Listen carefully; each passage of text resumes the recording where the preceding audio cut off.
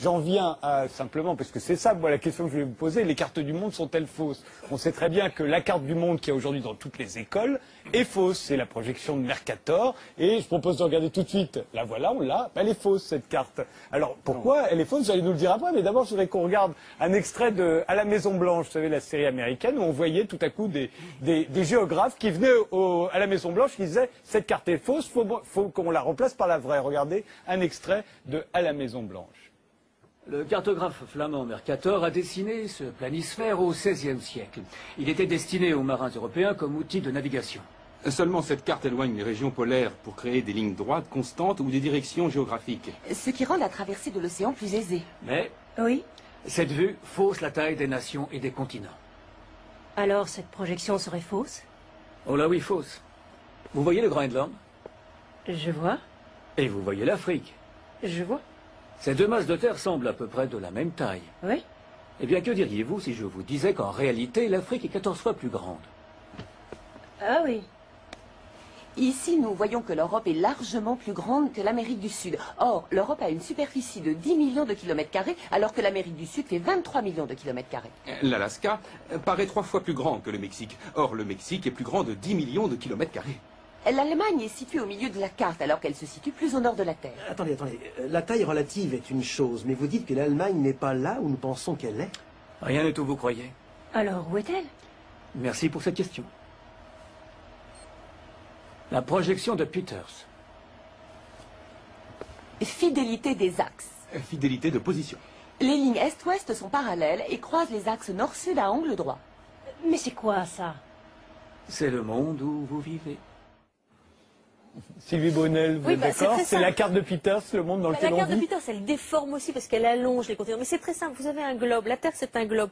Comment voulez-vous représenter un globe de façon plate? Donc, Vous il êtes faut faire des obligé de choix. faire des choix.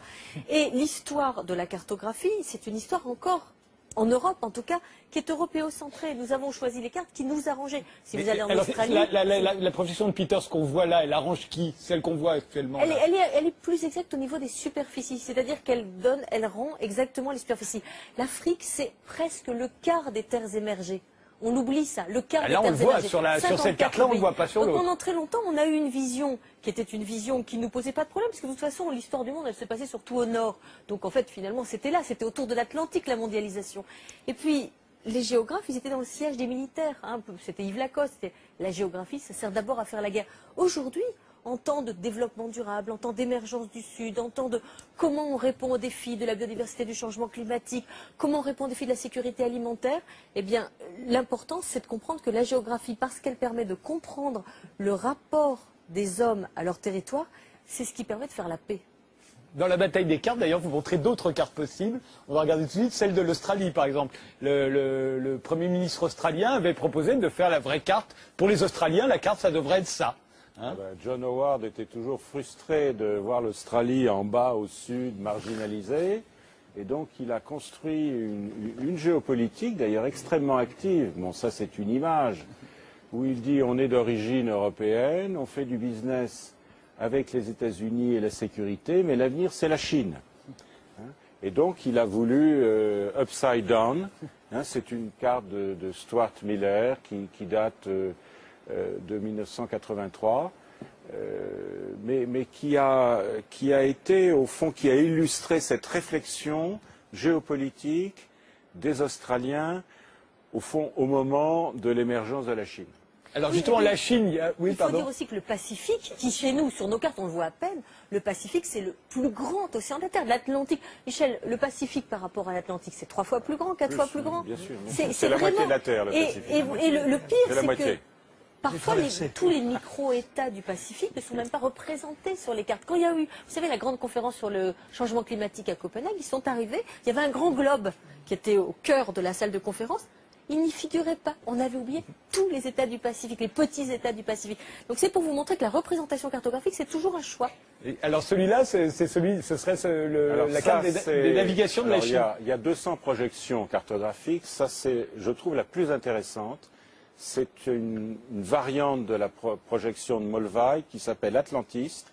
C'est une carte d'une compagnie de navigation chinoise qui essaye d'exploiter la route maritime possible entre Shanghai à droite en vert et Rotterdam, New York, par la route du nord-ouest et la route du nord-est. Mais vous voyez à l'ouest l'Antarctique, à l'est, sur la droite, on ne le voit pas, mais il y a l'Australie. Et je trouve que c'est une vision qui montre qu'aujourd'hui, une compagnie chinoise de navigation a une vision globale. Alors que pendant des siècles, les empereurs chinois, justement, ont bataillé avec les jésuites, qui leur montraient des cartes où la Chine n'était pas au centre de la projection et où la Chine paraissait plus petite que ce qu'ils pensaient qu'elle était. Donc on est toujours dans des batailles. Le problème, c'est pas c'est faux, c'est vrai. La question, c'est la question des représentations et des cartes mentales. Alors justement, il y en a une, ce sera la dernière que je vais montrer, c'est la carte des militaires américains, on va dire. Alors là, et là, on retrouve la carte de Mercator. En fait, on comprend pourquoi elle a du succès, la Mercator, c'est celle des Américains. Le Mercator, non, c'est la carte du département d'État, du Pentagone, du Quai d'Orsay, mais aussi de Médecins sans frontières. C'est vrai. Et de Google. C'est la carte des Occidentaux. Non, c'est pas la carte des Occidentaux, c'est la carte de l'hémisphère nord. Ouais. Il y a les Russes là-dedans. Là, c'est qu'aujourd'hui, avec le numérique, on n'est pas foutu d'avoir Google, une représentation Google, réelle. Exactement. C'est ça qui est incroyable. Google, c'est ce que j'essaye d'expliquer. C'est C'est une projection qui est avantageuse. Ah oui. C'est une projection qui est avantageuse. Voilà. Qu'est-ce que vous disiez? J'expliquais juste que bien sûr que c'est possible d'avoir une représentation réelle, même si on vient de nous exposer les difficultés, mais l'enjeu c'est la représentation et comment chaque nation, et surtout les nations dominantes, décident de se représenter aux yeux du monde. Si tout à l'heure dans l'exposé, on nous a parlé des premières cartes faites par les navigateurs. Enfin, Mercator, c'était ça, c'est ce qu'on voulait voir, c'était l'Atlantique. Voilà, l'entrée des nations il existe quelque part dans le monde dans une l'ère moderne. représentation réelle de la... Non, pas en deux dimensions. Non. Vous êtes écrivain, la seule représentation réelle, c'est celle de José Luis Borges. C'est une carte dont l'échelle serait 1 sur 1. C'est-à-dire une nappe qui couvrirait la Terre. On ne peut pas représenter sur un plan une sphère. Sur aucune Donc carte. vous avez des choix de déformation. Là, c'est un choix installé dans les esprits qui est en plus qui découpe le monde en théâtre. Le mot Moyen-Orient, c'est un théâtre militaire. Asie du Sud-Est, c'est 1943. Moyen-Orient, c'est Londres, 1939 au Caire. Central Europe, Europe centrale, c'est un théâtre de l'OTAN. Nos représentations du monde sont stratégiques, idéologiques et maintenant les banques d'affaires. Denis Podalides. Structure. Et le pétrole. Denis Podalides. Je suis comme vous, là. Puis, baba. On ne pensait pas que les cartes du monde étaient Je ne fausses. pensais pas. Moi, je pensais que le Mercator, là, c'était Alors, celle que remontrez-nous la Peters, parce que Peters aussi est fausse. Et pourtant, elle a l'air plus vraie, Peters. Non, mais la projection de Peters est extrêmement intéressante parce qu'elle a été rendue célèbre par Willy Brandt. Dans le rapport de 1973 sur le Nord-Sud. Willy Brandt, en fait, Allez très vite parce que ça va se terminer. Géopolitique allemande, l'Allemagne essaye de se sortir du carcan Est-Ouest et a une politique au Sud. Aujourd'hui, en 2012, l'Allemagne est au Conseil de sécurité, son slogan, l'Allemagne partenaire du monde. L'Europe, c'est trop petit. Les surfaces, c'est quand même juste, là. Les surfaces sont justes, mais pas les distances. Il n'y a aucune route sur la mer, aucune route. La route la plus courte n'est jamais une droite. Mais non, c'est Jacques Sapir, d'ailleurs. La Russie est toute petite, là. Oui, tout à fait. Alors, par contre, ce qui est très bien rendu, c'est l'allongement. Elle perd, si vous voulez, en hauteur, et là on voit bien qu'elle est écrasée, mais ça rend bien compte de l'allongement de la Russie. Et si vous voulez, c'est un pays où... D'est en ouest, vous voulez dire. D'est en ouest. Quand vous allez à Novosibirsk, qui fait partie de la Sibérie occidentale, vous mettez plus de temps depuis Moscou que pour aller de Paris à Moscou.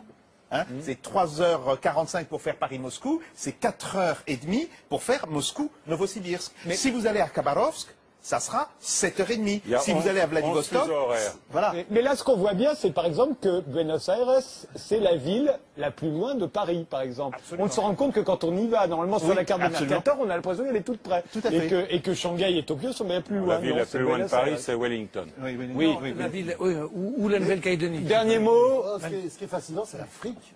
l'Afrique, c'est... Ah, c'est grand l'Afrique, hein, en vrai. Tellement grand. Les Et maintenant, surfaces, avec C'est cette le croissance, cœur. C'est dingue, on nous a menti, avec hein. cette croissance qui est en train d'arriver en Afrique, on va en entendre parler. Le Ghana, plus 16%. Et c'est 2 milliards. Sylvie Bruyn. L'Eldorado. Juste à la fin. L'Eldorado. Non, mais il faut regarder le sous-sol. Il faut regarder le sous-sol.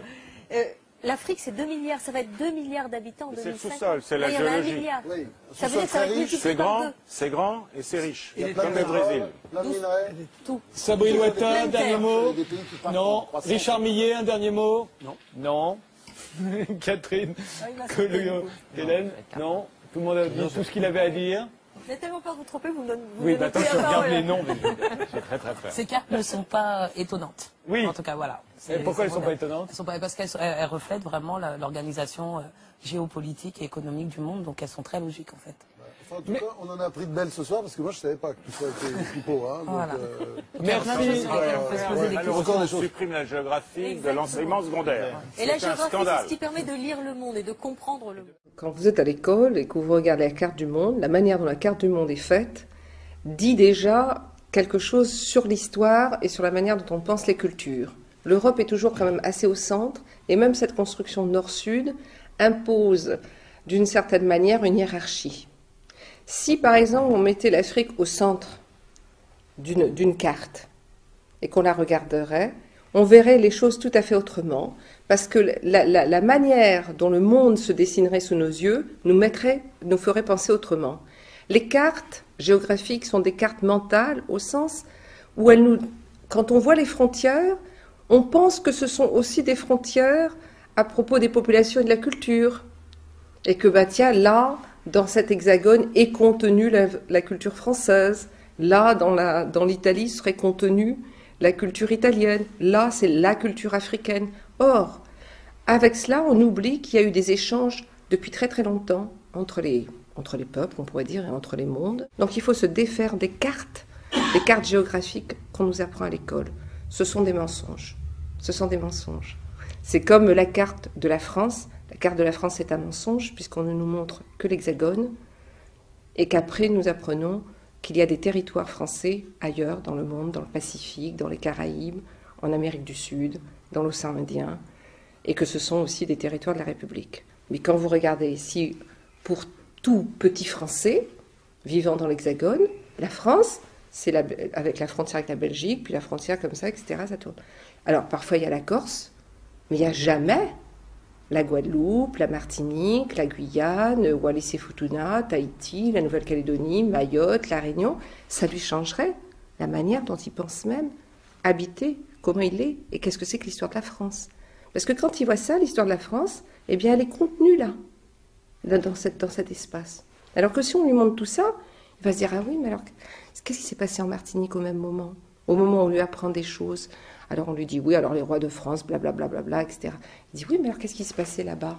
Il peut poser la question. Et tout d'un coup, ah, l'esclavage? Ah bon, donc voilà. Et on voit les liaisons. Alors que si vous découpez ces cartes, bon, ben il y a l'histoire là, qui, comme si elle n'était pas liée à l'histoire là-bas. Or, elle est liée. Elle est toujours liée. Et c'est ça qui est... Donc c'est pour ça, pour moi, histoire, géographie, culture, c'est lié. Et la manière dont on a dessiné le monde et dont on dessine les cartes a une influence sur la manière dont on pense les choses. Quand on interroge des gens qui vivent dans d'autres parties du monde, eh bien, ils n'ont pas du tout la même manière de voir le monde qu'un petit Français. Donc, il y a un eurocentrisme de la géographie.